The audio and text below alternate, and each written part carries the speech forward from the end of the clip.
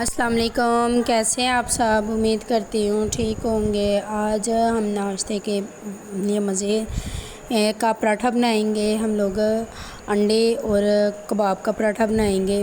कबाब की रेसिपी आपको मेरे यूट्यूब चैनल पे मिल जाएगी। इस पे ही मैं उसकी लिंक भी नीचे भेज दूँगी। आपको बना के आप फ्रीज़ भी कर सकते हैं कबाब। तो चले हम लोग ज़्यादा टाइम नहीं लेते और रेसिपी स्टार्ट करते हैं। हम लोगों ने पराठा बनाना है। लच्छे पराठे की भी रेसिपी आपको मेरे यूट्यूब चैनल पे मिल जाएगी। पराठा हमने बना के उसको तवे पे डालना है। एक साइड चेंज करके हम लोग एक साइड पे ऑयल लगाएंगे। हल्का हल्का ऑयल लगाएंगे, ज़्यादा ऑयल नहीं लगाना। मैं देसी घी इधर इस्तेमाल कर रही हूँ, आप भी देसी घी इस्तेमाल कर सकते हैं। तो एक साइड पे लगा के तो हम लोग उसकी साइड चेंज करेंगे, फिर दूसरी साइड पे लगाएंगे। तो दोनों साइड से हम लोगों ने इसको कुक कर लेना है ताकि ये जो है ना लाइट लाइट क्रिस्पी हो जाए।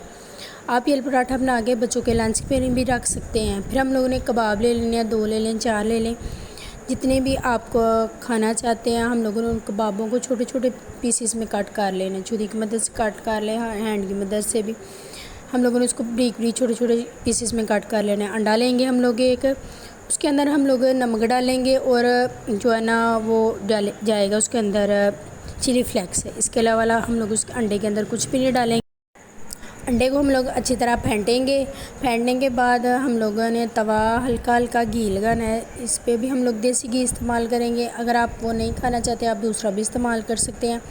ब्रश की मदद से सारे तवे पे हम लोग देसी घी लगा लेंगे और उसके ऊपर हम लोग अंडा डाल देंगे। अंडा डाल के अगर आपने चम्मच की मदद से फैला सकते हैं, ठीक है, नहीं तो तवे के मुट्ठी को पकड़ के हम लोग उसको सारे कॉर्नर में हम लोग अंडे को फैला लेंगे।